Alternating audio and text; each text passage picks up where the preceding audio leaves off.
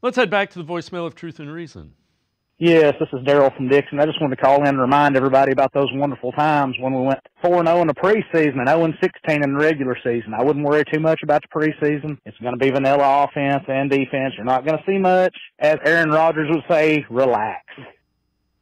As always, appreciate all of the voicemails. Scott, we knew we would get to it. 4-0 in the preseason and one of the only 0-16 regular seasons in NFL history. So that tells you how much preseason matters, one loss wise.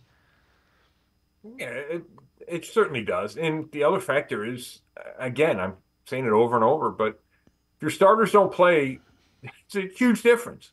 And the Browns had a chance. It's not like they were blown out, even if they were. I mentioned those 2 interceptions earlier.